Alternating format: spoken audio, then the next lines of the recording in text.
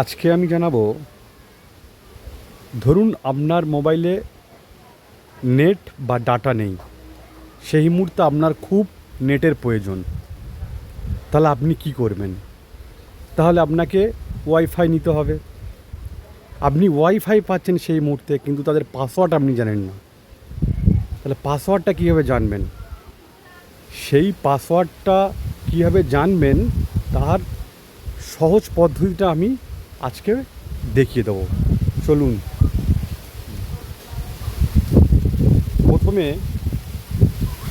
মোবাইলের সেটিংয়ে চলে যাবেন।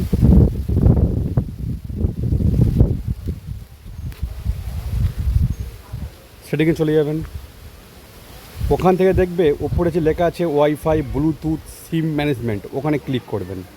ক্লিক করে দেখবেন ওয়াইফাই লেখা আছে, ওয়াইফাই ক্লিক করুন। ক্লিক করে পরে দেখা যাচ্ছে ওয়াইফাই অফ করা আছে, অন করে দিন। করে দেওয়ার পরে দেখতে পাবেন ওপরে যে তিনটে ডট আছে, তিনটে ডটে ক্লিক করুন। ক্লিক করার পরে দেখবেন অ্যাডভান্স সেটিংয়ে চলে যাবেন।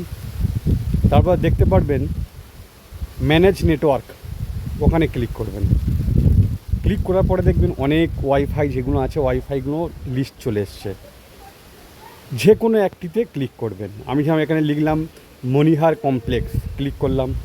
দেখতে পাচ্ছেন এখানে পাসওয়ার্ডটা কিন্তু দেখতে পাচ্ছেন না। তাহলে যেই মানে চোখের যে কাঁটাটা আছে ওটাকে মারুন।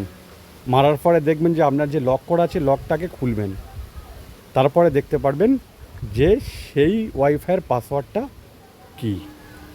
যদি ভিডিওটি ভালো লেগে থাকেন তাহলে সাবস্ক্রাইব, ফলো করে পাশে থাকবেন। আরও ভালো ভালো ভিডিও পেতে গেলে